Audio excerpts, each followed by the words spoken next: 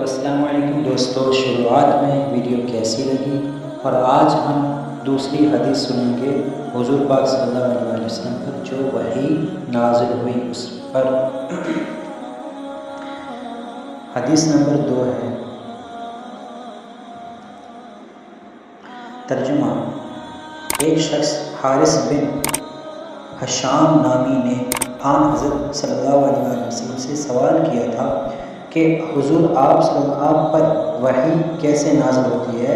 آپ صلی اللہ علیہ وسلم نے فرمایا کہ وحی نازل ہوتے وقت کبھی مجھ کو گھنٹی کی سی آواز محسوس ہوتی ہے اور وحی کی یہ کیفیت مجھ پر بہت شاق گزرتی ہے۔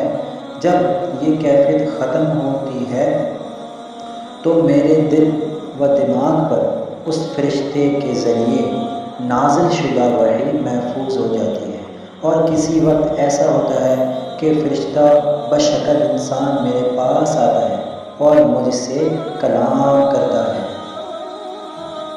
آگے کہتے ہیں، بس میں اس کا کہا ہوا یاد رکھ لیتا ہوں۔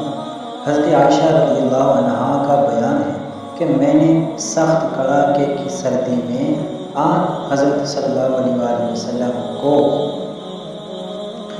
دیکھا ہے کہ آپ صلی اللہ علیہ وسلم پر وحی نازل ہوئی، اور جب اس کا سلسلہ موقوف ہوا تو آپ صلی اللہ علیہ وسلم کی پیشانی پسینے سے شرابور تھی، یعنی پسینے سے بھری ہوئی تھی۔